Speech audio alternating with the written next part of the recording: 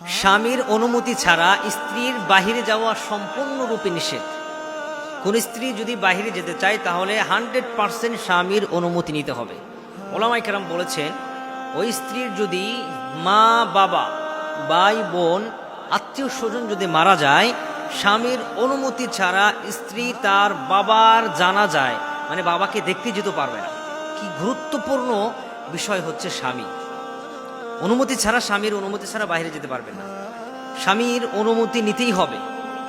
স্বামী আপনার কি, যখন থেকে 3টি কথা বলে আপনি স্বামীর কাছে পৌঁছে গিয়েছেন, 3 কথা কবুল, আলহামদুলিল্লাহ কবুল, আমি স্ত্রী স্বামীকে গ্রহণ করলাম, বা স্বামী স্ত্রীকে 3টি কথা বলে গ্রহণ করে নিল, ওই সময় থেকেই ওই স্ত্রী স্বামীর অনুমতি ছাড়া বাড়ির বাহিরে যেতে পারবে না।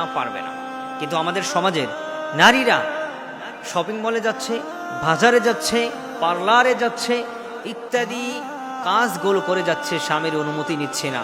বরং স্বামী যদি অনুমতি নিতে বলে, স্বামীকে উল্টা বকা বাজ্জি করতে শুরু করে, স্বামীর সাথে খারাপ ব্যবহার করে। প্রিয় বোন, এই কাজ যদি আপনি করেন, আপনি আল্লাহর হুকুমকে অমান্য করলেন, আপনি কিন্তু আল্লাহর কাছে জবাবদিহিতা